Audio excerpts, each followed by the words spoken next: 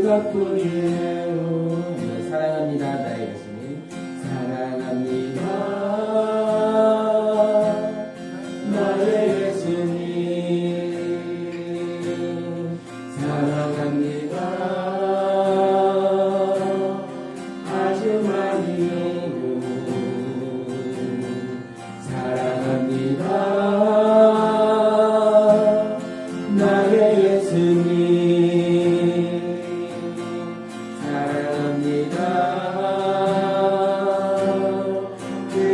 그것뿐이에요. 사랑한다. 사랑한다 아들아. 내가 너를 잘하노라.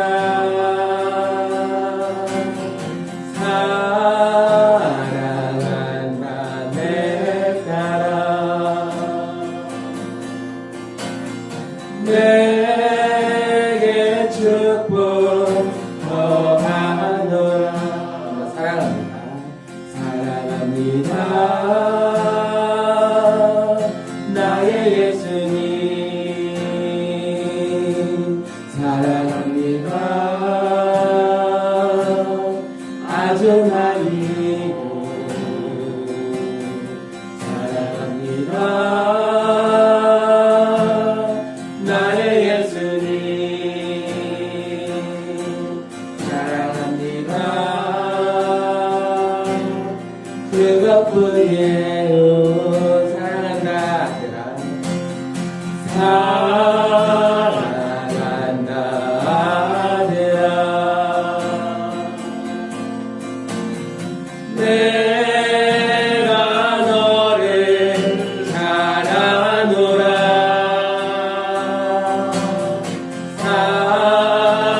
사랑한다 내 딸아. 내게 축복 더하노라. 사랑한다 아들아. 사랑한다 아들아. 내가 너를 잘하노라. 사랑한다 내 딸아. 내게 축복 더하노라. 사랑한다 아들아. 사랑한다 아들아. 내가 너를 잘하노라.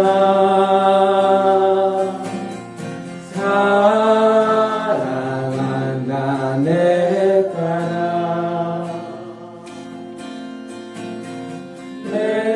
내게 축복 더하노라. 내게 축복 더하노라.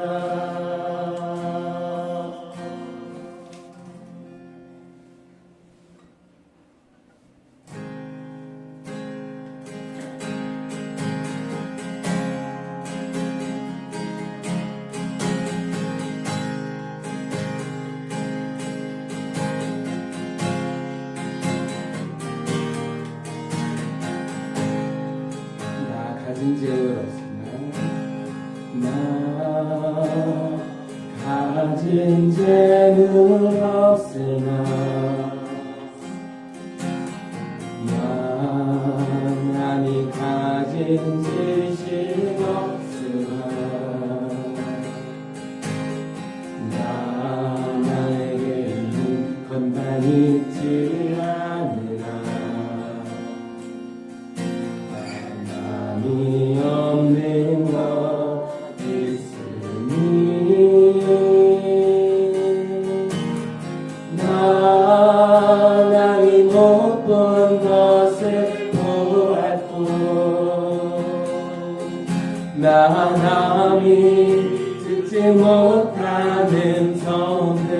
받았고 남이 받지 못한 사랑받았고 남이 모르는 것 깨달았네.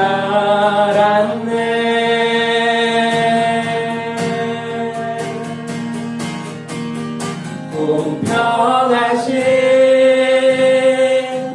하나님이 나란히 가진 건 나 없지만 공평하신 하나님이 나 남이 없는 것 갖게 하셨네.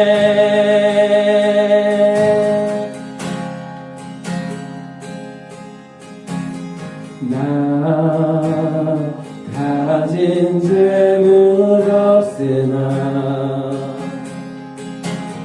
나 남이 가진 지식 없으나 나 남에게 있는 건강 있지 않으나 남이 없는 것 있으니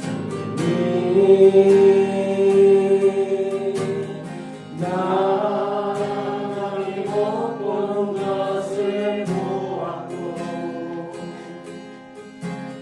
남이 듣지 못하는 성 들었고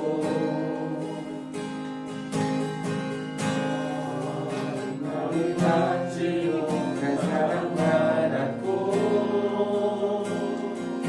남이 모르는 것 깨달았네.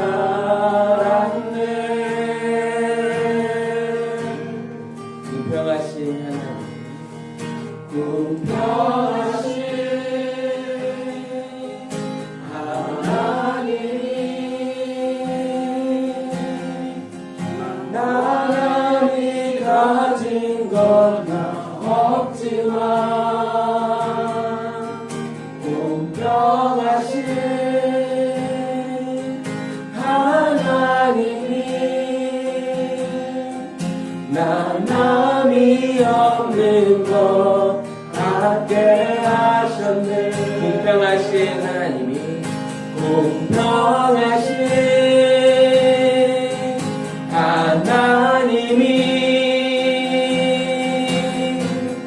나 남이 가진 건 나 없지만 공평하신 하나님이 나 남이 없는 것 갖게 하셨네. 공평하신 하나님이 공평하신 하나님이 나 남이 가진 건 나 없지만 공평하신 하나님이 나 남이 없는 것 갖게 하셨네. 공평하신 하나님이 나 남이 가진 건 나 없지만 평하신 하나님이 나 남이 없는 것 갖게 하셨네. 아멘.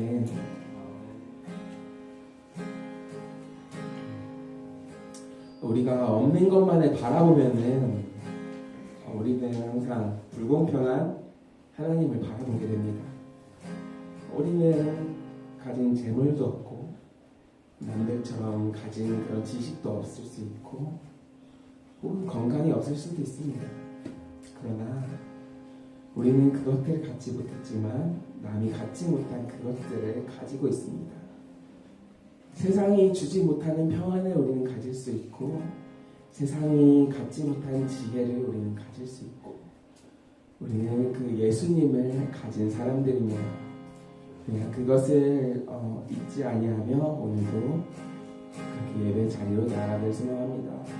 그렇게 정말 우리가 감사할 수 없는 상황일지라도 우리가 갖지 못한 것을 바라보는 것이 아니라 우리가 가진 것을 바라보며 우리가 받은 복을 바라보며 오늘도 예배 자리로 함께 감사하며 나아가길 소망합니다. 함께 기도하시겠습니다.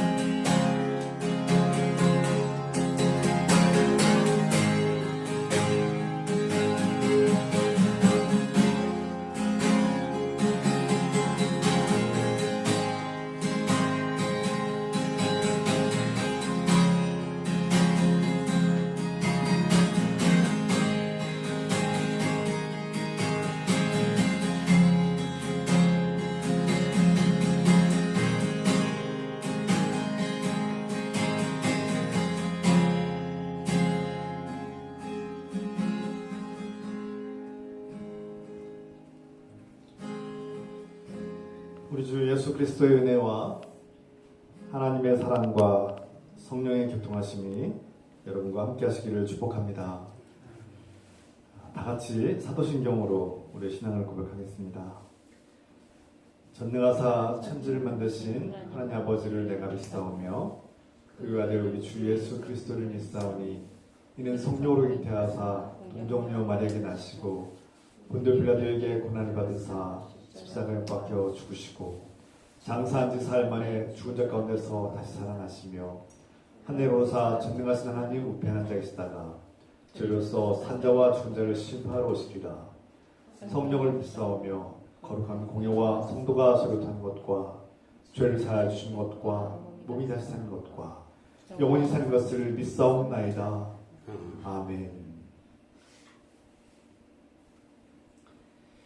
찬송드립니다. 94장 찬송 드시면서 준비하시면 함께 되겠습니다.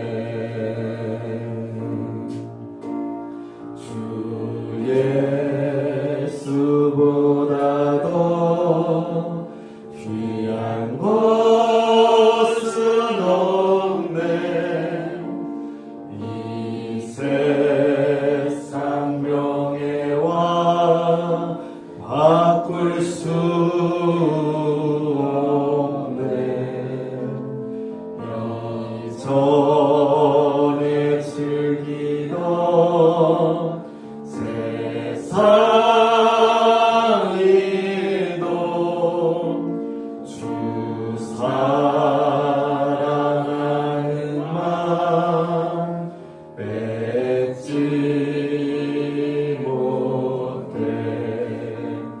세상 즐거움 다 버리고 세상 자랑 다 버렸네. 주 예수보다 더 귀한 것은 없네.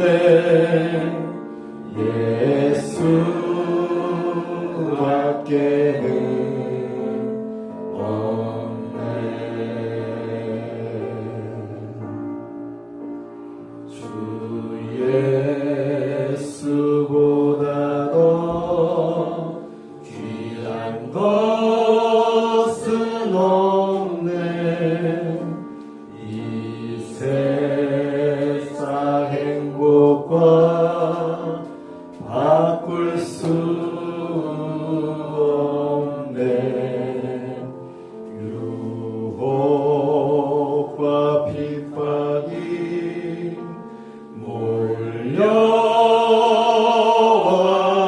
몰려와도 주 섬기는 내 맘 변치 않아. 세상 즐거움 다 버리고 세상 자랑도 버렸네. 주 예수보다 더 귀한 것은 없네. 예수 밖에는 없네.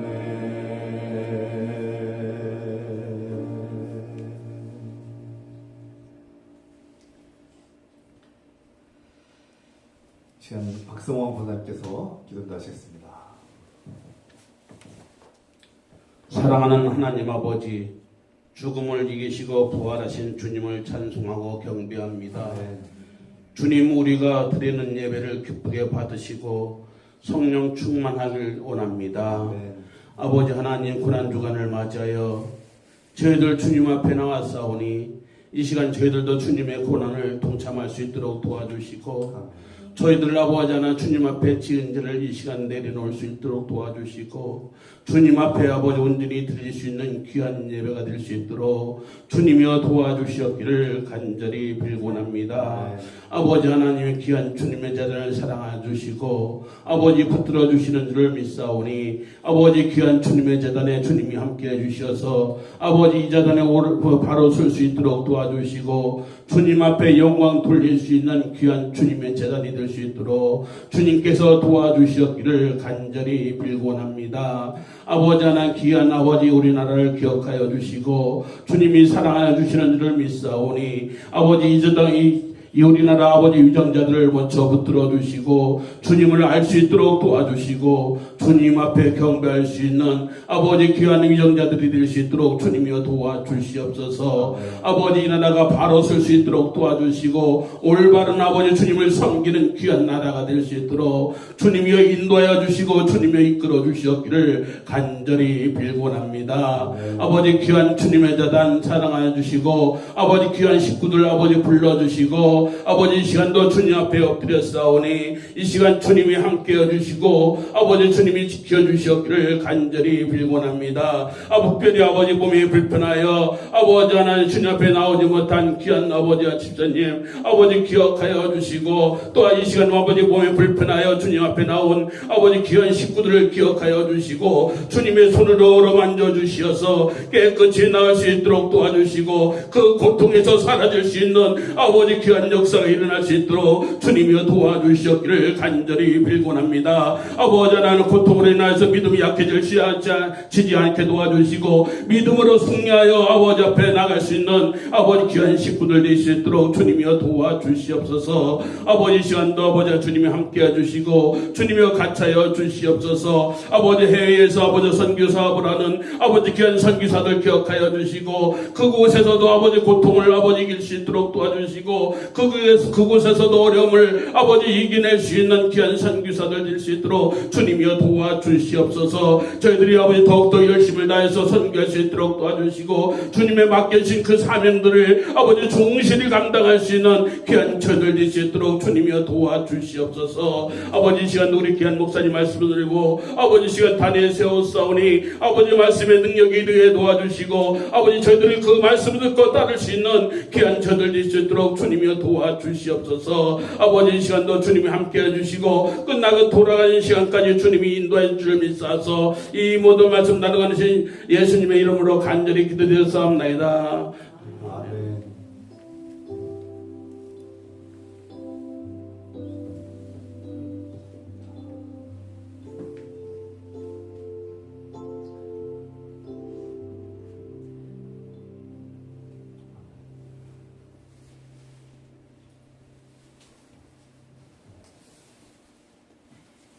서로 인사 나눕시다. 주 이름으로 환영하고 축복합니다. 주 이름으로 환영합니다. 축복합니다. 반갑습니다. 감사합니다. 이 시간은 잠깐 교회 소식을 전하겠습니다. 오늘은 종려주일, 또 씨뿌림주일, 4.19 혁명기념주일로 드립니다. 다음 주일은 부활주일입니다. 정말 시간이 빠른 것 같습니다. 부활주일이 다음 주일입니다. 예수님의 십자가의 죽으심과 고난과 그분의 희생을 기억하고 또 동시에 3일 만에 죽음을 이기시고 부활하신 주님을 우리가 기뻐하면서 한 주간을 보내고 또 그 부활을 기다리는 부활의 소망을 가지고 함께하길 기도합니다. 다음 주일 부활주일 예배를 드리고요. 풍만찬이 있습니다. 공동체 식사 그리고 부활절 달걀 나눔과 함께 이웃들과 함께 나누겠습니다. 이렇게 우리가 매주 부활절은 여러 가지 떡을 준비하고 또 달걀 부활절 달걀을 이렇게 준비해서 주님께서 부활하셨다는 소식을 이웃들과 전합니다. 우리가 작은 노력이지만 그것을 놓지 않고 이 지역 사회에 예수님의 부활을 그렇게 전하고 기뻐하는 하루가 됐으면 좋겠습니다. 한 주간 동안 여러분 보내실 때 월화 수요일은 이렇게 고난 요일입니다. 그래서 한 주간이 고난 주간인데 예수님께서 그 십자가를 짊어지기 전에 일주일 동안 예수님의 그 십자가의 고난을 우리가 깊이 묵상하고 또 동참하기 원합니다. 또 목요일은 세종목요일이라고 해서 교회는 전통적으로 세종목요일을 지킵니다. 예수님께서 제자들의 발을 닦아주신 그날을 우리가 기억하자는 것이죠. 우리를 섬겨주시는 주님, 우리를 높여주시는 주님의 그 사랑을 느끼는 하루가 됐으면 좋겠습니다. 성금요일은 예수님께서 십자가에서 못 박혀 죽임당하신 날을 우리가 기억하는 날입니다. 성금요일에는 그래서 많은 그리스도인들이 그날은 여러 가지 다양한 모습으로 주님의 고난에 동참하고 더 기도하고 또 금식하기도 하는 그런 날이기도 합니다. 여러분 이번 주 금요일 날 그렇게 기억해 주시기 바랍니다. 그래서 금요일 날 십자가를 짊어지신 예수님께서 금, 토, 일 3일 만에 부활하셔서 제자들을 만나시는 그런 놀라운 증언들을 우리가 보게 됩니다. 그 토요일은 부활 전야, 무덤에서 태어나시기 전날 그 무덤에 계신 예수님을 기억하고 기념하는 날입니다. 오늘 신방이 있습니다. 김동현 집사님 예배 끝나고 식사 후에 1시에 출발하겠습니다. 옥천에 있는 그 병원에 여러분 많이 가셨으면 좋겠습니다. 어제 갑자기 정해져서 미리 스케줄을 조정하지 못했습니다. 그런데 많은 분들이 함께 했으면 좋겠습니다. 함께 기도하겠습니다. 우리 김동현 집사님의 치유와 회복을 위해서 함께 기도하고요. 또 이 나라 이제 새로운 국면에 새로운 지도자를 또 이제 선출하는 그런 대선을 앞둔 그런 국면에 있죠. 우리 국민들의 정치적인 의식이 성숙하고 분별력이 있는 이 나라가 될 수 있도록 기도합시다. 사랑의 하나님 아버지, 우리가 함께하고 또 가족으로 받아들이고 형제로 받아들였던 우리 김동근 집사님, 노년에 이제 수술 후에 회복 중에 있습니다. 주님 불쌍히 여주시고, 우리는 앞날을 알 수 없고 한치 앞을 알 수 없지만 우리는 김동근 집사님에서 기도합니다. 주님께서 함께 동행해 주시고 보살펴 주시고 믿음으로 승리하기를 기도합니다. 몸과 마음이 약해져 있을 때 세상 유혹에 넘어지지 않도록 지켜주시고 성령께서 함께 하시고 믿음으로 승리할 수 있도록 도와주시고 끝까지 하나님 나라와 영원한 생명과 부활의 소망을 가지고 승리할 수 있도록 도와주셔서 주님께서 함께 하시고 동행해 주시고 기도합니다. 또 치유해 주셔서 회복시켜 주셔서 우리가 다시 함께 예배를 드리기를 기도합니다. 건강해지기를 기도합니다. 주님 자비와 긍휼을 베푸시기를 기도합니다.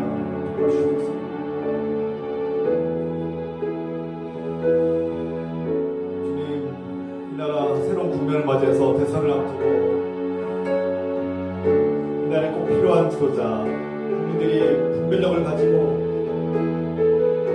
주님 성숙한 정치의식을 가지고 새로운 지도자를 뽑게 하시고 이 혼란과 이 혼돈 속에서 새로운 질서로 나아갈 수 있도록 도와주시고 이 나라 이 국민들을 지켜주고 돌봐주시고 복된결로 형통하게 인도하시면서 주님 자비와 긍휼을 베어주시옵소서. 이 나라를 불쌍히 여주시옵소서. 우리 교회를 불쌍히 여주시옵소서. 병자들을 환자들을 환우들을 불쌍히 여주시고 고통 속에서 주님을 의지하오니 자비와 긍휼을 베어주시옵소서. 예수 그리스도의 이름으로 간절히 기도하옵나이다. 아멘.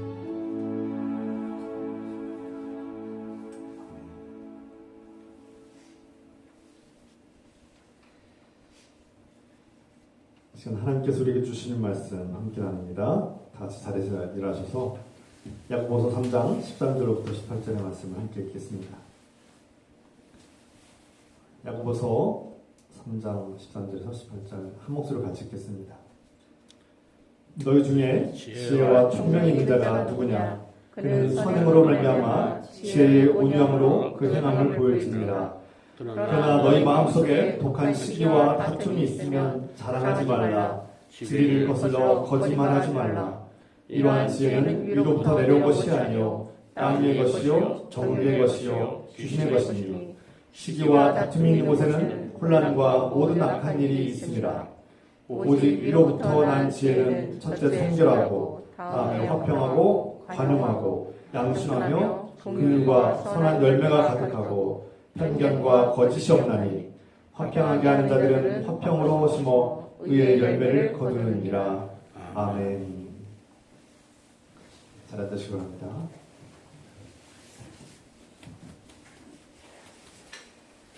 요즘 여러분들은 어떤 변화를 겪고 있습니까?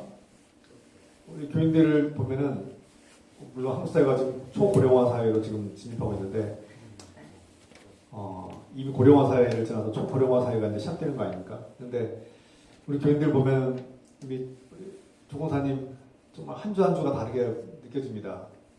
제가 몇 년 전만 해도 우리 권사님 정말 힘 있는 모습을 제가 기억하는데 정말 지난달의 모습이 다르고 또 이번 달의 모습이 다르고 하루하루가 달라 보여서 정말 가슴이 아프고요. 안타깝게 느껴집니다. 지금도 몸이 아프시고 편찮으신데도 예배에 참석하셔서 너무나 감사하고 또 안쓰럽습니다.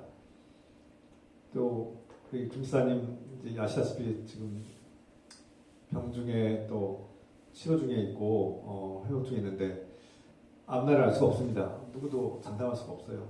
연세가 많으셔서. 그래서 우리가 또 찾아가서 뵙고 위로하고 기도하려고 합니다. 우리 교인들 모습 한 분 한 분 보면 하루하루가 다르게 느껴지고 정말 그래서 하나님께 더 간절히 기도합니다.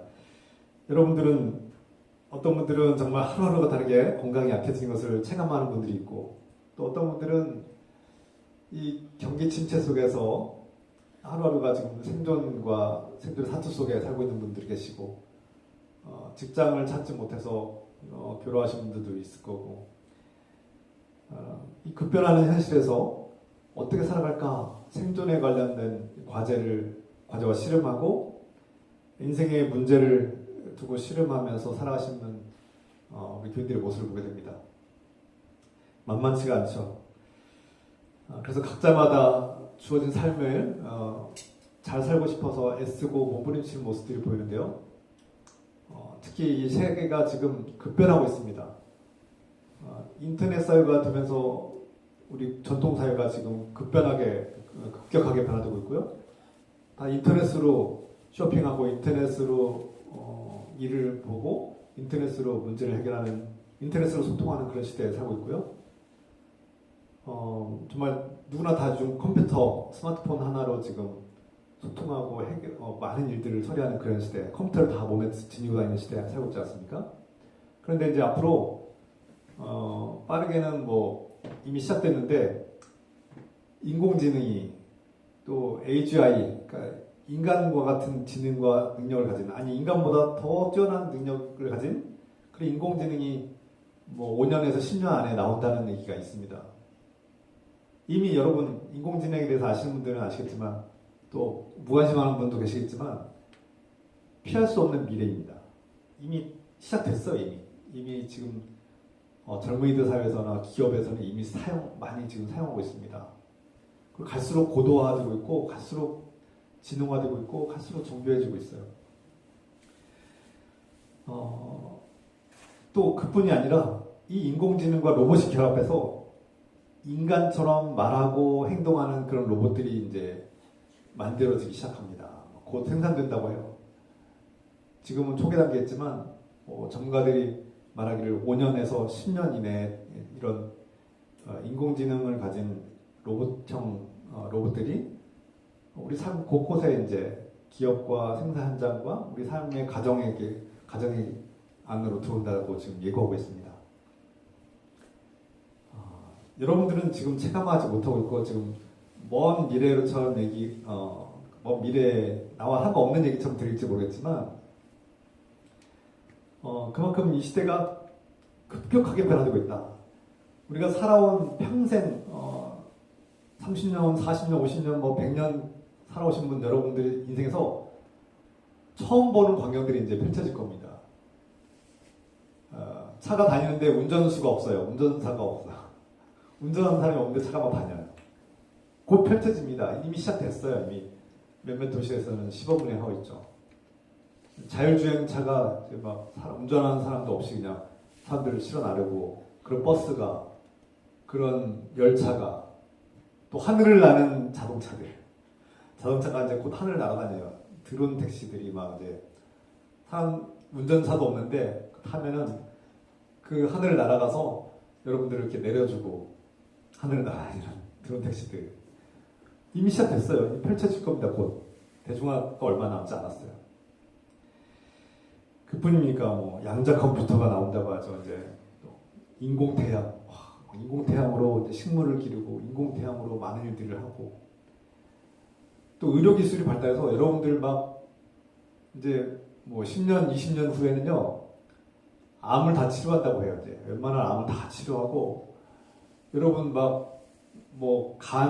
간도 이제 인공 간도 생기고 인공 심장도 갖다 붙이고 인공 뼈도 갖다 붙이고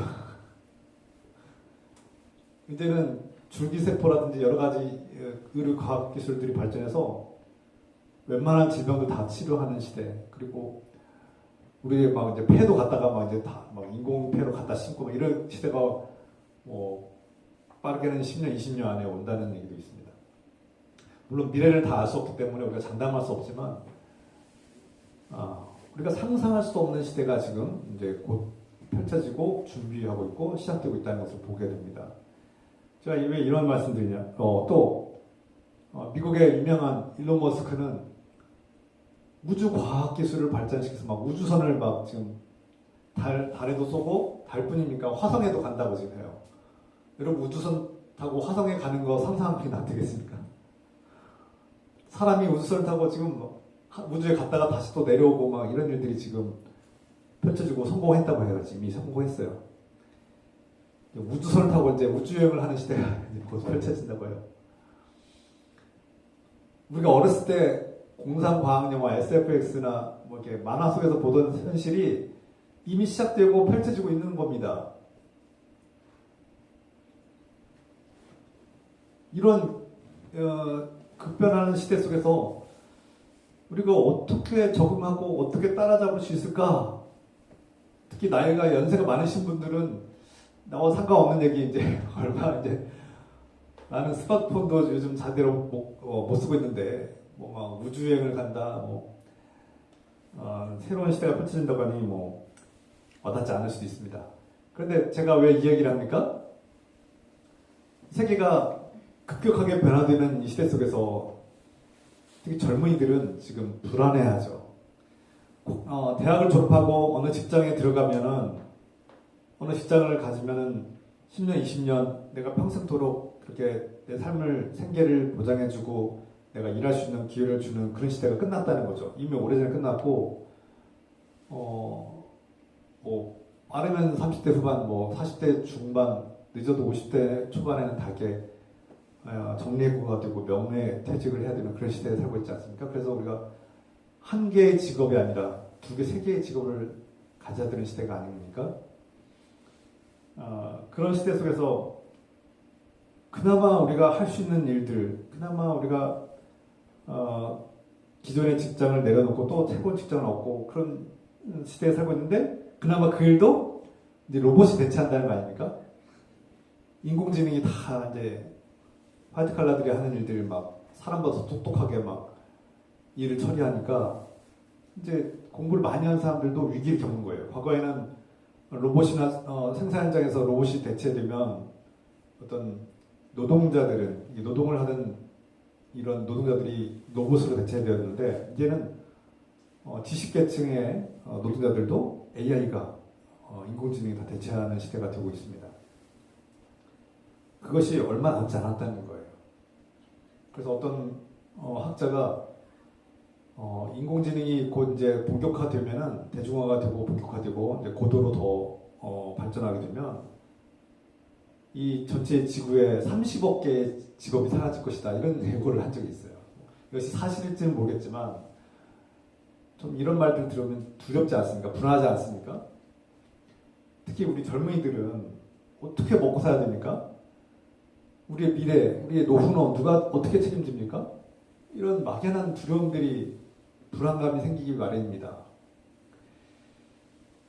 그래서 그 어느 때보다 지혜가 필요합니다. 특히 하나님께서 주신 지혜가 필요한 시대에 살고 있습니다.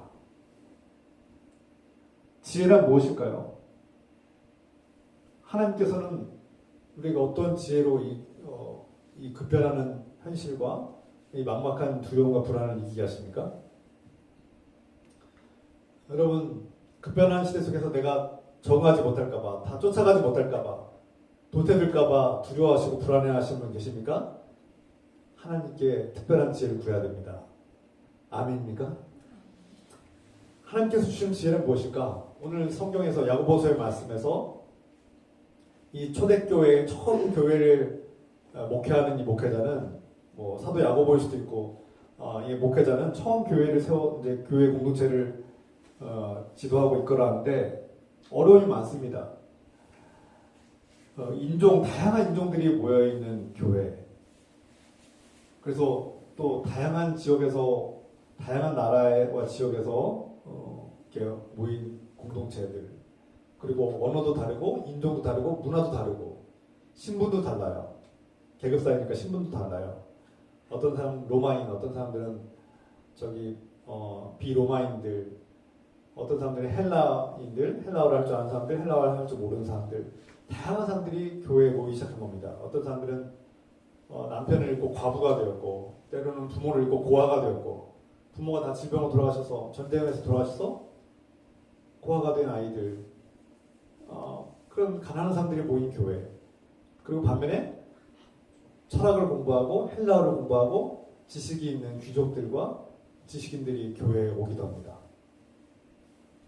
이런 수많은 사람들이 막 모여서 함께 예수 그리스도를 받아들이고 복음을 받아들였는데 그들이 정작 복음을 그들의 삶과 그들의 영과 마음과 삶 속에 적용하고 삶이 변화되고 예수 그리스도 안에서 하나 된 공동체를 세워야 되는데 그렇지 못한 거예요. 삐그덕거리고 있는 거예요. 어떻게 여러분 상상해 보십시오.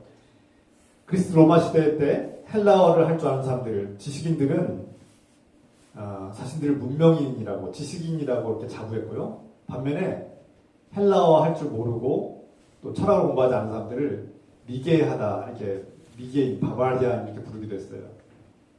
무시하는 거죠. 차별하는 거죠. 마치 뭐 조금 쉽게 이해를 돕자면 오늘날 다 영어를 많이 하시지만 영어 할 줄 아는 사람들은 지식인이다. 당신 지식인이야, 문명인이야 이렇게 막 이렇게 추앙하고 영어 할 줄 모르는 사람들은 아유 무식한 사람들이야 이렇게 무시하고 차별하는 이런 경향이 뭐 과거에 항상 있었던 것처럼 그런 것들이 너무나 강한 거예요. 이런 문화가 교회에도 침투한 겁니다. 그래서 이런 철학을 공부한 특히 헬라어를 공부하고 자신을 지혜자라고 현자라고 자부하는 사람들이 다른 사람들을 야만인 취급하고 굴림하고 무시하고 차별하는 일들이 교회에도 영향을 끼치기 시작한 거예요. 이런 문화들이 세상의 문화가 교회에도 들어온 겁니다. 여러분 한글 모른다고 무시하고 막 글 모른다고 무시하고 영어 못한다고 무시하고 아유 무식하다고 대학 못 나왔다고 무시하고 막 이러면은 여러분 기분 좋습니까? 그 공동체가 성장하고 아름답게 화합할 수 있을까요? 여러분 한국 사람들 체면이 강한데 내가 무시당하면 얼마나 화가 납니까? 우리 한국 사람들 무시당하면 못 살죠. 분노가 일어날 거고 갈등과 다툼의 분쟁이 일어날 겁니다. 누가 너 못 배웠다고 또 배운 사람이 당신 못 배웠다고 막 무시하고 함부로 말하면 상처받지 않겠습니까? 그런 공동체가 어떻게 화합하고 하나가 될 수 있겠습니까? 갈등과 분쟁의 불씨가 일어나죠. 그래서 야고보서의 이 목회자는 처음 교회에서 하나님의 사랑하는 교회가 서로 형제 자매가 하나가 되고 건강한 교회를 세우기 위해서는 말을 조심해야 된다.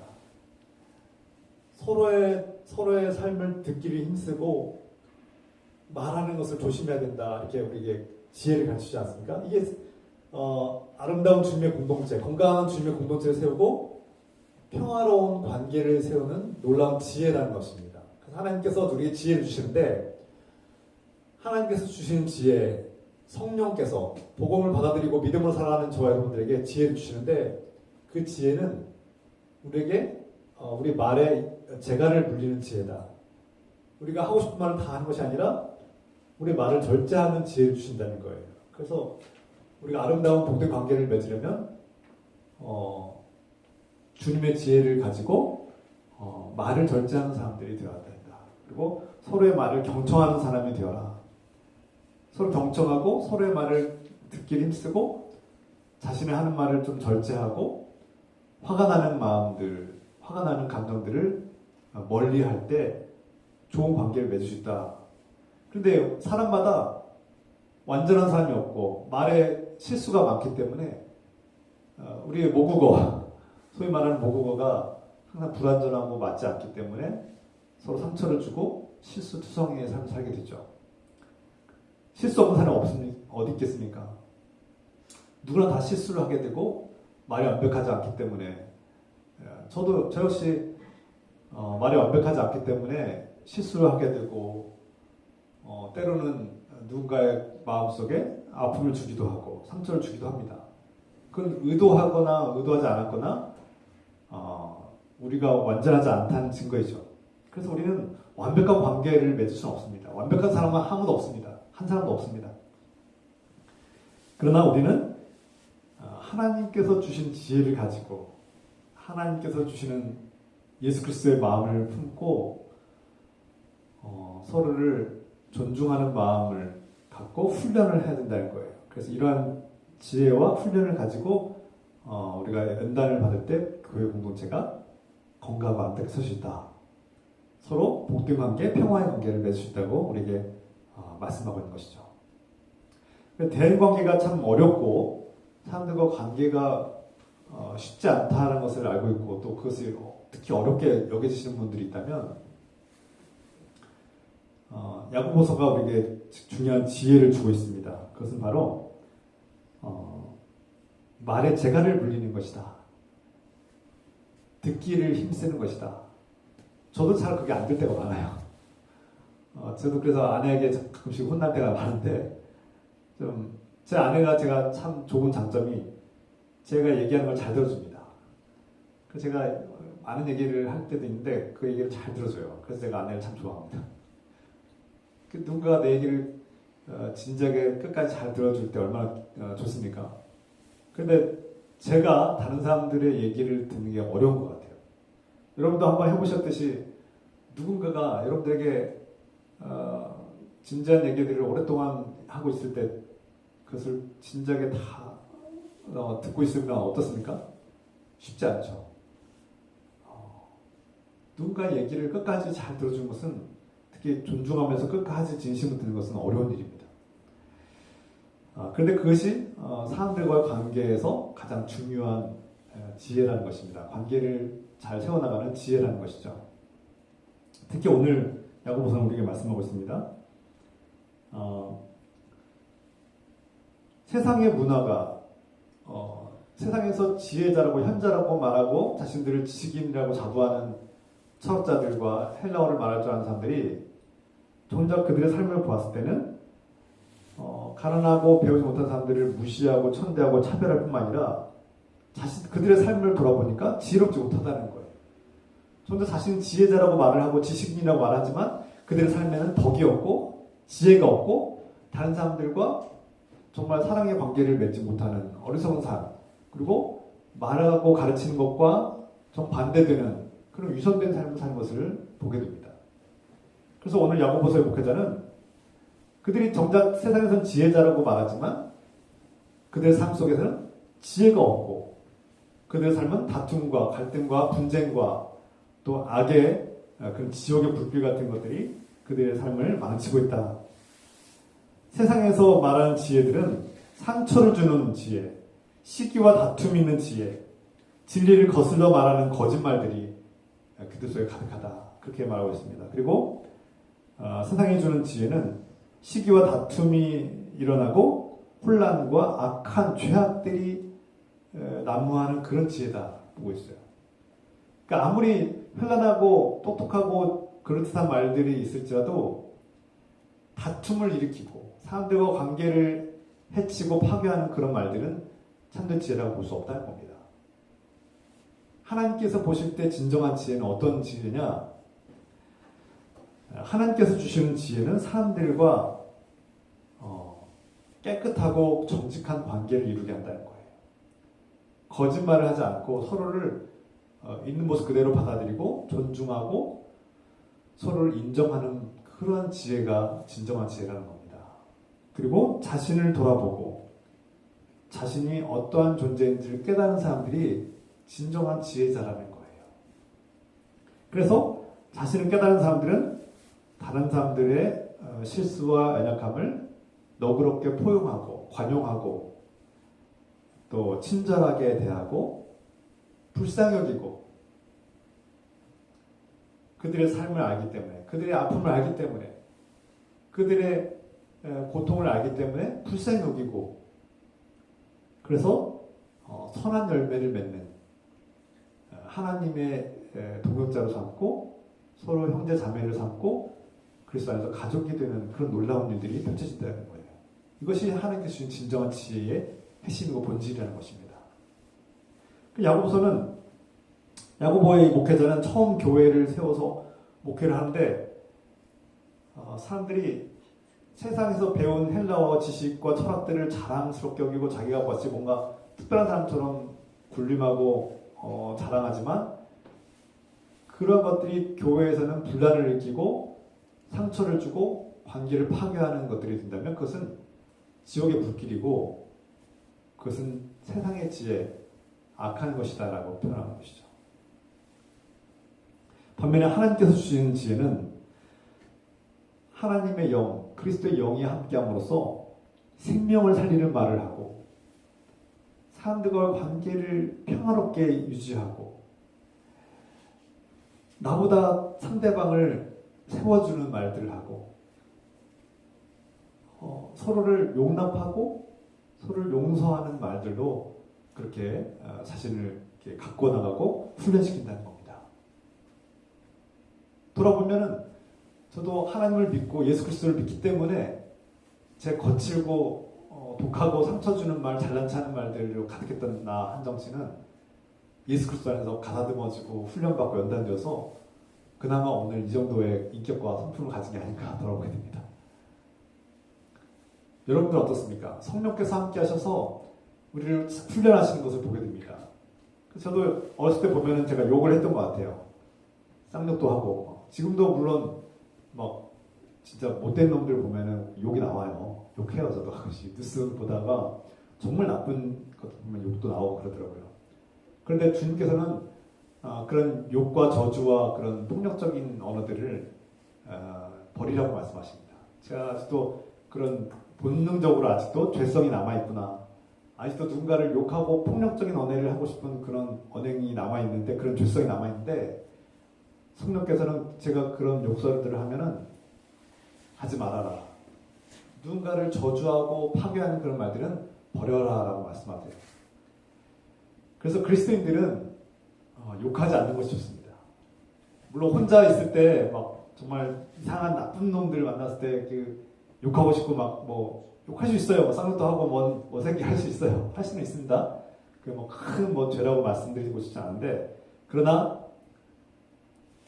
가능한 최선을 다해서 우리는 욕을 버리고 저주를 버리고 특히 공동체 안에서는 그 화나는 말들을 버리고 다른 사람들을 상처 주는 말을 버리고 누군가를 함부로 말하는 말을 버리고 누군가가 기분 나빠할 수 있는 말들 버리고, 그래서 예수 그리스도를 닮아가는 예수 그리스도의 품위와 성품을 닮아가고 예수 그리스도의 어떤 그런 예의를, 그리스도 안에서 예의를 배우길 바랍니다.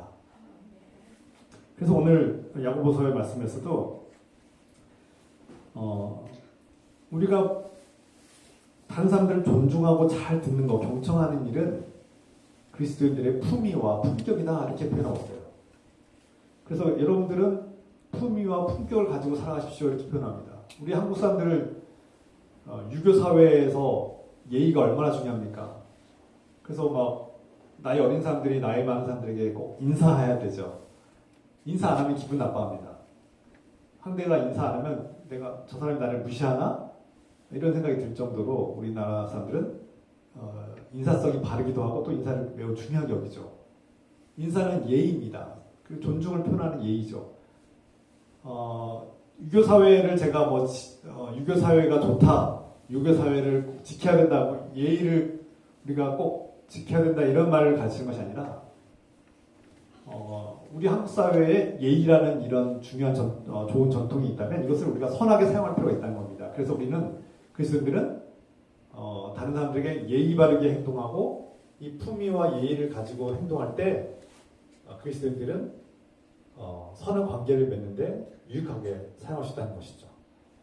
그래서 단순히 예의를 잘 지키자는 말은 1차원적인 해석이고, 그리스도인들은 다른 사람들의 아픔과 고통을 품어줄 줄 알고 그들에게 상처 주지 않는 말과 그런 행동으로 서로를 존중할 때 하나님께서 기뻐하시는 삶이 시작된다는 것이고, 그것이 믿음이 있는 사람들의 품이라는 것입니다. 너무나 당연한 말을 하고 있고 도덕시간에 하는 말처럼 보이지만, 이것이 그냥 사람들 어떤 도덕성을 가집시다, 착하게 삽시다 정도 그런 도덕적인 가르침이 아니라 예수 그리스도 안에 있기 때문에 성령의 능력으로 우리의 죄성을 거슬러서 우리가 싸워서 이길 때 가능하다는 겁니다.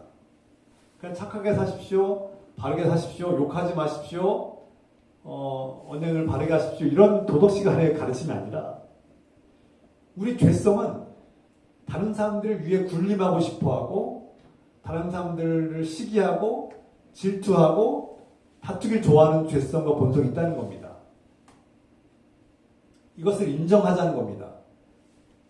내가 세상에서는 배우고 지식인이고 고상하게 행동하는 것 같지만 내 안에는 나도 모르게 다른 사람들보다 조금 나은 점이 있을 때 우월감을 가지고 열등한 사람들을 무시하고 차별하고 그 사람들을 조롱하고 싶어하고 저주하는 그런 악한 본성이 우리 안에 늘 항상 우리를 유혹하고 있다는 사실을 명심하자는 겁니다. 그리고 그것을 이겨주는 방법은 내 지식과 힘과 노력으로 될 것이 아니라 오직 하나님께서 주시는 성령의 능력으로 하나님께서 주신 지혜로 가능하다는 것입니다.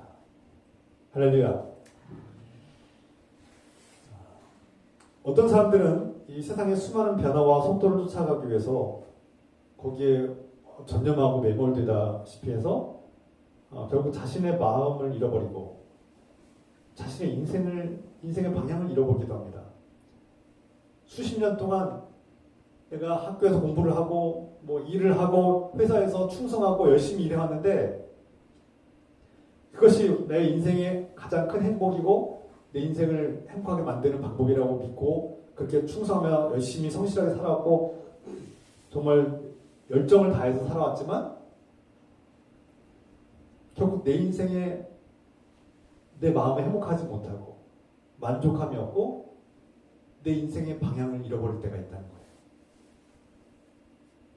내가 그렇게 열심히 땀 흘려서 열심히 희생하며 살았지만 인생의 방향을 잃어버리면 어떻게 됩니까? 공허해지죠.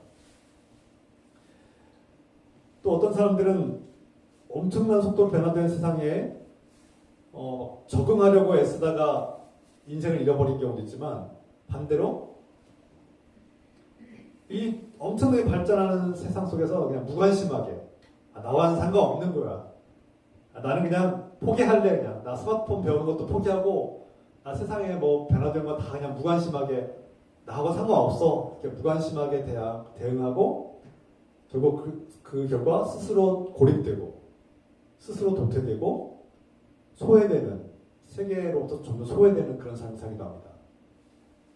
저 세상은 나와 상관없는 세상이야. 나는 저런 세상에 끼어들지도 않고 배울 생각도 없어. 나는 그냥 과거의 삶을 지향할 거야. 그래서 심지어 어떤 사람들은 세상에 변화된 것을 인정하지 않고 거부하고 오히려 맞서 싸우고 과거로 회귀하고 복귀하려는 그런 사람들도 있습니다. 그래서 이 세상이 변화될 때 어떤 새로운 문화가 시작될 때 이런 세 가지의 형태가 나타나요. 적응하려고 몸부림치는 사람들이 있는가 하면 그냥 외면하고 포기하고 스스로 고립되는 사람들, 또 심지어 맞서 싸워서 그 변화를 거부하는 사람들이 있다는 거예요. 이 세 가지 종류의 현상들이 생기는데 여러분들은 어떤 상태에 있습니까? 제가 볼 때 여러분들은 무관심한 것 같아요. 변화되든 말든 저기 뭐 로봇이 나오든 인공지능이 나오든 나는 상관없어. 나는 그냥 살던 데서 살 거야. 뭐 이런 분들이 많은 것 같은데 우리에겐 지혜가 필요합니다. 세상이 변화될 때 어떠한 선택을 하든지 앞서 말씀드렸듯이 몸부림치면서 막 그 붙잡으려고 달려가는 것도 허망하고 공허할 때가 있어요. 그 실패할 때가 있습니다. 결국 거기서 실패할 때 또 공허해지고 세상의 변화에 휩쓸려서 자신을 잃어버리고 무한 경쟁과 이기심 속에서 진짜 쓰러지고 자신을 잃어버리거나 또 새로운 우상의 노예가 될 때가 있어요. 그러니까 이래도 어렵고 저래도 어렵고 참 인생에 어려운 겁니다. 그래서 우리에게는 하나님의 지혜가 필요합니다. 우리가 어떤 이 세상의 삶이 어렵다고 만만치 않다고 말하는 그 핵심이 무엇인지 아십니까? 그것은 하나님을 잃어버리고 뭔가의 노예가 되어서 살 때 펼쳐지는 현상입니다. 쉽게 말하면 우상화입니다. 우상화. 이 급변하는 시대 속에서 우리는 또 새로운 우상의 노예가 됩니다. 그러니까 고대에도 우상들이 지배했지만 이 과학시대에는 또 새로운 과학시대, 기술시대, 새로운 변화, 새로운 성공의 모델이 그들을 또 노예로 삼고 사람들의 인생을 빼앗아갑니다. 결국 우리 영적으로 예수 그리스도 안에서 영적으로 이 세상을 바라볼 때 우리는 모양과 형태가 변화되었을 뿐 새로운 우상화가 시작되고 있음을 보게 됩니다. 하나님이 없이 자신이 하나님이 자리에 앉아서 자신을 숭배하고 새로운 변화에서 새로운 신의 역할을 감당하고 새로운 신을 찾는, 미래는 많은 사람들이 또 AI, 인공지능을 신처럼 숭배할 가능성이 매우 큽니다. 사람보다 더 뛰어나고 사람보다 더 많은 지식을 가진 AI를 신처럼 숭배하는 사람들이 나오게 될 겁니다. 우상이 바뀌는 거죠. 새로운 우상이 탄생하는 겁니다. 물론 저는 AI라는 인공지능이나 인공 로봇이나 이런 것들이 인간에게 선하게 사용될 수 있다는 것을 압니다. 그리고 저는 그것을 선하게 사용하기를 기대합니다.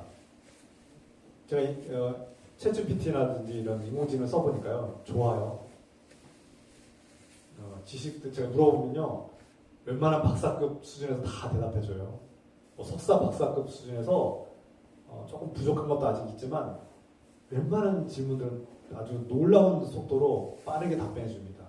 금방만 답변해요. 인터넷에서 막 여기저기 뒤지고 찾을 필요가 없어요. 그리고 엄청난 긴 책들이나 그런 문장들은요, 요약해 주라고 하면 순식간에 요약을 아주 기가 막히게 요약해 줍니다. 사용해 본 적 있으세요? 네, 사용해 보셔야 돼요.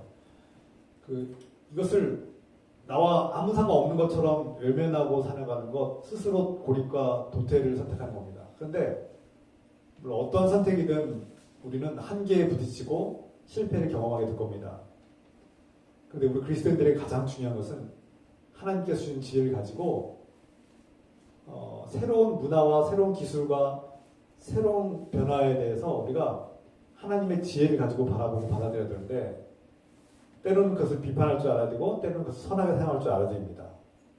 그러니까 무조건 거부하고 회피하고 투쟁한다고 해서 해결될 일이 아니라는 거예요. 또 반면에 그것들을 아무리 열심히 우리가 따라가고 아무리 우리가 적응하고 그것을 아무리 많이 배우려고 해도 거기에는 또 다른 우상화가 기다리고 있다는 겁니다. 인간을 노예화하는, 인간을 부속품처럼 사용하는, 인간을 또 노예로 삼는 그런 우상화가 도사리고 함정이 기다리고 있다는 겁니다. 그래서 우리 하나님을 믿는, 하나님께서 주신 지혜를 가진 사람들은 새로운 문화와 기술들이 우리 안으로 들어올 때 그것들을 우리가 날카롭게 비판할 줄도 알되 그것들을 선하게 사용할 줄도 알아야 된다는 거예요. 그리고 그 속에 새로운 우상화와 우리를 노예로 삼으려는 그런 함정들이 있다는 것을 우리가 늘 경계해야 됩니다.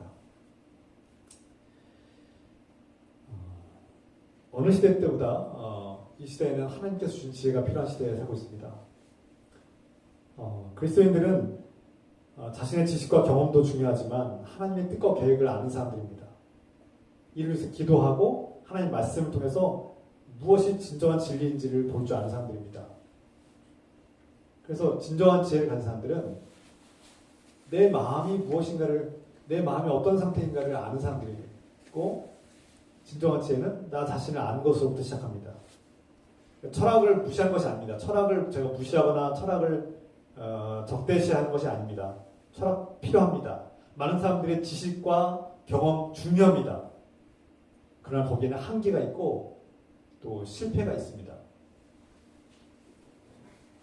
나이와 연세가 많으신 분들의 경험, 그리고 그 살아온 경험과 지식들은 중요한 것입니다. 인생의 수많은 유혹들을 이겨내셨고 그 수많은 경험들, 실패와 성공의 경험들은 젊은이들에게 매우 중요한 소중한 자산이고 지혜입니다. 그런데 그것이 전부가 아닙니다. 우리 하나님을 믿는 그리스도인들에겐 하나님께서 주시는 말씀과 기도를 통해서 주시는 성령님의 지혜와 지식이 반드시 필요합니다. 그래서 하나님께서 주신 지혜를 가지고 캠브리지 신학교의 J.I. 페이커라는 교수는 이렇게 말합니다. 참된 지혜는 그리스도의 인격을 아는 데서 시작된다 이렇게 말합니다. 그러니까 진정한 지혜는 예수님을 아는 것으로부터 시작하는 겁니다. 예수 그리스도 안에서 자신을 깊이 돌아보는 사람들은 내가 얼마나 연약한 사람인가, 내 안에 죄성이 얼마나 가득한가를 아는 것으로부터 시작합니다. 저 여러분들은 이 세상에서 평범하고 일반적인 사람들로 보이지만 사실은 죄인들이죠. 지금 우리가 착하게 살아가고 있고 뭐 범죄에서 저진 적도 없고 가능하면 착하게 살아가고 있지만 조금만 돌아보면요, 우리 마음속에는 어둠이 가득하지 않습니까? 늘 절망의 어둠이 우리를 유혹하지 않습니까? 누군가를 저주하고 폭력을 대항하고 순식간에 돌변할 수 있는 그 죄성이 우리 안에 있지 않습니까? 그래서 그리스도인들이 이것을 알고 있어야 돼요. 겉으로 볼 때는 다 착하고 평범하고 아무 문제 없어 보이지만 우리 마음 한켠에는 항상 이 늑대와 같은 짐승과 같은 이런 죄성이 우리를 항상 우리 안에 도사리고 있다는 사실을 인정하는 겁니다. 그래서 그리스도인들은 예수님 안에서 이것을 아는 사람들이에요. 그래서 사도들과 많은 목회자들은 너희가 선 줄 아느냐? 넘어질까 조심하라. 무슨 뜻입니까? 우리가 예수 그리스도를 믿고 복음으로 하나님 나라와 영원한 생명을 얻은 자로서 하나님 거듭난 자로 살고 있지만 언제든지 죄의 유혹에 넘어질 수 있는 연약한 존재라는 것을 우리가 경고하고 있는 겁니다. 우리가 욕심이 없다고 말하지만 우리 안에는 욕심이 가득합니다. 그 욕심과 싸우지 않으면요, 순식간에 우리는 또 욕심에 빠집니다. 높아지고 싶은 욕심, 권력에 자리 앉고 싶은 욕심, 다른 사람들을 통제하고 싶은 욕심, 다른 사람들을 위해 군림하고 싶은 욕심, 지금도 있지만 더 많은 돈을 가지고 싶은 욕심, 탐욕, 돈을 더 많이 생기면 또 더 많은 돈을 갖고 싶어하는 끝없는 탐욕, 저에게도 있고요, 여러분들 안에도 있어요. 돈은 벌면 벌수록 더 갖고 싶어요. 그리고 쾌락에 대한 욕구도 끝이 없어요. 아무리 좋은 것을 먹고 마시고 아무리 좋은 것을 여행하고 아무리 좋은 것을 우리가 누리고 있어도 만족함이 없어요. 끝이 없어요. 그게 우리 자신입니다. 그래서 우리에게는 또 하나님을 안다고 하고 하나님을 우리가 아는 것처럼 말하고 행동하고 하나님 사랑한다고 고백하지만 정작 우리 마음속에는요, 이기심이 항상 하나님과 대적합니다. 이기적인 자아는 하나님과 대적해요. 내가 하나님을 사랑한다고 아까 찬양하고 고백하고 눈물 흘리지만 우리는 순식간에 이기적인 인간으로 돌변합니다. 그래서 고난이 닥쳐오고 괴로움이 닥쳐오면 하나님이 없는 것처럼 느껴지고 하나님이 나를 도와주지 않으시고 내가 어려움과 불행에 처하면 하나님 막 싸워요. 하나님과 싸워요. 하나님 원망해요. 그게 우리의 본성이죠. 우리 본성. 그래서 우리에게는 하나님과 화해하기 어려운 우리의 본성이 있기 때문에, 죄성이 있기 때문에 이것을 아는 사람들은 하나님께 자비와 긍휼을 구합니다. 하나님, 저를 불쌍히 여주십시오. 저를 용서해 주십시오. 하나님, 자비와 긍휼을 베풀어 주십시오. 저에게 하나님의 은혜가 필요합니다. 조건 없는 용서, 나를 있는 모습 그대로 품어주시는 하나님의 사랑과 은혜가 필요합니다. 이것이 예수 그리스도를 아는 사람들의 지혜입니다. 지혜. 그래서 우리에게는 예수 그리스도, 내 힘으로는 하나님께 나아갈 수 없음을 알고 나를 구원하시고 나를 중재하시는 메시아 예수 그리스도가 필요한 겁니다. 이것을 아는 사람들이 진정한 지혜자입니다. 그래서 세상에서는 배우지 못했고 세상의 지식은 없을지라도 예수 그리스도를 아는 사람들은 진리를 아는 겁니다. 진짜 자신을 아는 겁니다. 나 자신을 알고 하나님을 알고 그리고 내가 나의 힘과 지식으로는 나의 경험으로는 도무지 나아갈 수 없는 하나님께 나의 중지자가 되시고 나의 다리가 되시고 나의 구원자가 되신 예수 그리스도의 은혜를 우리가 구하는 것이죠. 십자가의 은혜, 내 죄를, 내가 감당할 수 없는 죄를 내 대신 짊어진 십자가의 은혜로 우리가 구원받을 수밖에 없음을 인정하고 고백하는 것입니다. 이것이 하나님께서 주신 지혜를 가진 사람들의 삶이죠. 그리고 우리 형제 자매들 공동체와 이웃들 바라보면서 인간적으로 볼 때 세상의 지혜로 볼 때는 보잘것없고 힘없고 실패한 존재 같지만 예수 그리스도의 마음으로 바라보면 하나님의 형상으로 지음받은 생명이고 하나님 나라에서 영원한 생명을 누릴 하나님의 거룩한 백성이고 자녀이고 나의 가족이고 내가 사랑으로 섬겨야 될 하나님의 백성이 되는 겁니다. 그래서 우리는 예수 그리스도 안에서 진정한 지혜를 가진 사람이 되는 것이죠. 그래서 세상에서는 배움이 없고 내가 지식이 없을지라도 예수 그리스도를 아는 사람들은 진정한 지혜자입니다. 할렐루야. 내가 세상에서는 배운 것이 없고 보잘것 없을지라도 세상에서는 신분이 낮을지라도 세상에서는 차별받는 존재일지라도 소외받는 존재일지라도 예수 그리스도를 아는 지식이 있는 사람들 바로 저와 여러분들이 진정한 지혜자입니다. 우리 인생들은 완벽하지 않습니다. 완벽한 사람은 아무도 없습니다. 완벽한 말을 한 사람도 없습니다. 우리의 인생은 참 서툽니다. 다들 처음 살아보고 한 번만 살아보기 때문에 다들 서툽니다. 실수투성입니다. 미숙합니다. 그래서 우리는 여전히 부족하고 실수투성이의 삶을 살고 있지만 한치 앞을 내다보지 못하고 이렇게 막막하게 살아가고 있지만 그래서 더 잘 살아보려고 공부도 하고 더 잘 살아보려고 막 지식도 쌓고 경험도 쌓고 많은 것을 연구하지만 우리의 인생은 우리의 힘과 노력으로는 한계에 부딪힐 수밖에 없고 실패할 수밖에 없는 인생입니다. 이것이 성경이 말씀해주는 인생의 정답이에요. 우리의 힘과 지식과 노력으로는 하나님 나라 들어갈 수 없습니다. 그러나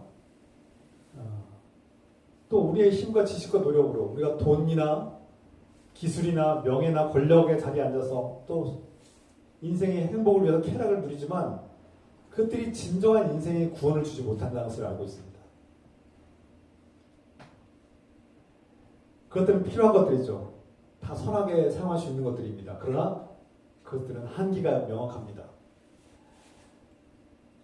하나님께서 주시는 지혜, 성령의 지혜를 품은 사람들은 세상의 우상을 버리고 분별력을 가지고 하나님을 선택하고 하나님의 편에 서서 사는 사람들입니다. 그래서 저와 여러분들은 하나님을 붙잡고 하나님의 편에 서기를 원합니다. 할렐루야. 진정한 지혜를 가진 사람들은 하나님의 편에 선 사람들입니다. 우리가 줄을 잘 서야 성공한다고 하죠. 어느 편에 서야지 살겠습니까? 진정한 지혜를 가진 사람들은 하나님의 편에 설 것입니다.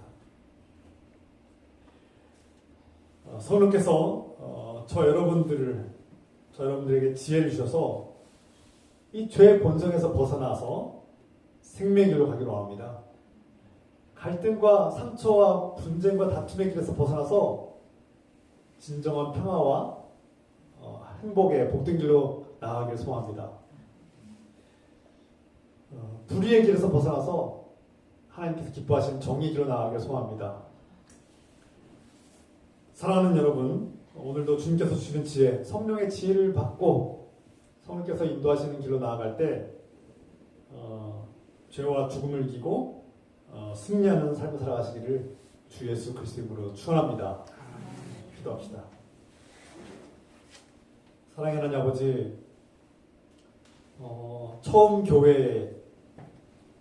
초대교회에서 세상에서 지식인들이라고 하는 자들이, 철학자라고 하는 자들이 자신을 지혜자라고 자부하면서 기독교를 무시하고 또 가난한 자들을 무시하고 야만인들이라고 무식한 자들이라고 무시하면서 차별하고 교회를 분열시키고 다툼을 일으키고 상처를 주며 주님의 교회를 무너뜨렸습니다.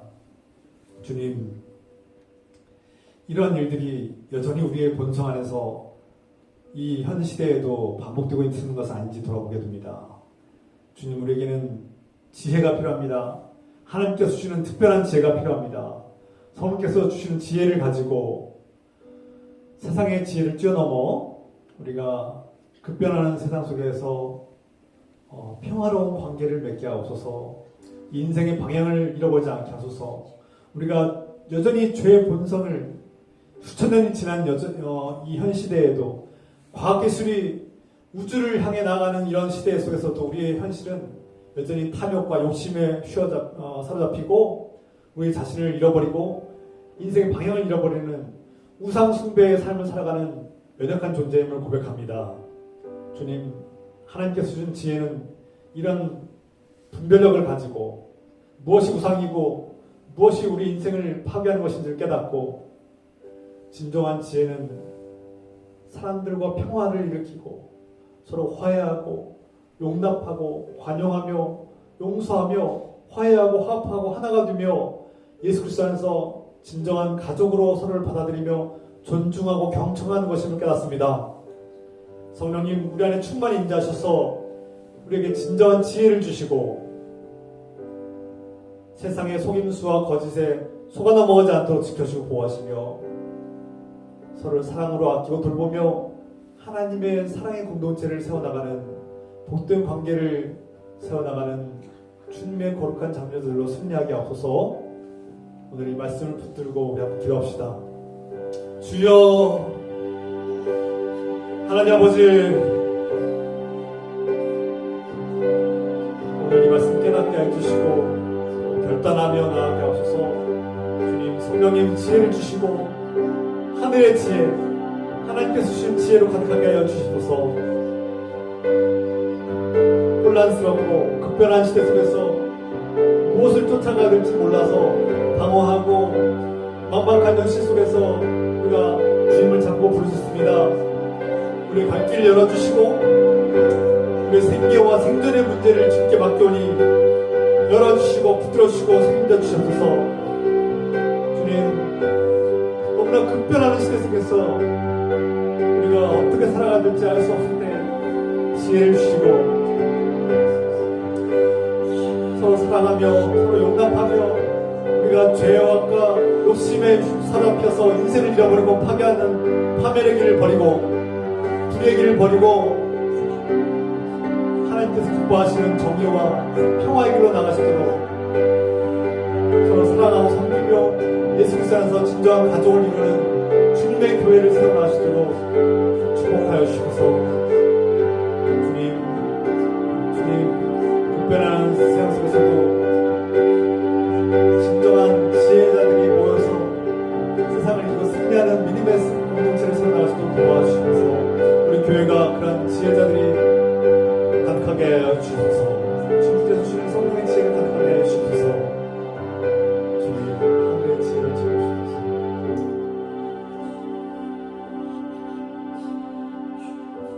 사랑의 하나님 아버지, 세상이 너무나 빠르게 변화되고 있는 현실 속에서 우리는 길을 잃고 방황할 때가 있습니다. 주님, 우리에게 지혜를 주셔서 그 어느 때보다 하나님께서 주신 지혜가 필요한 시대에 살고 있습니다.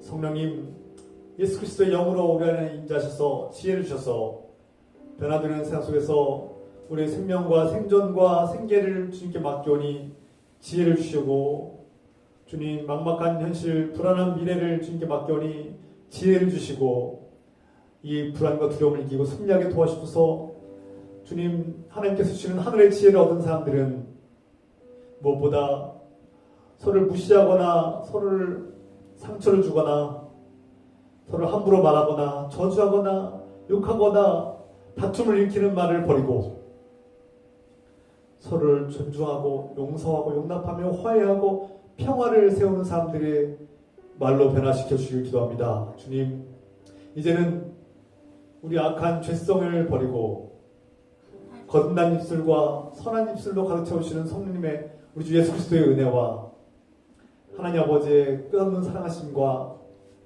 서로를 세워주고 서로를 격려하며 응원하며 서로를 치유하는 입술로 훈련하는 성령님의 교통감에 앞서하심이 우리들 기쁨교회와 이 땅의 주님의 거룩한 백성들을 위해 지금부터 영원토록 함께 해주시기를 간절히 축원하옵나이다. 아멘.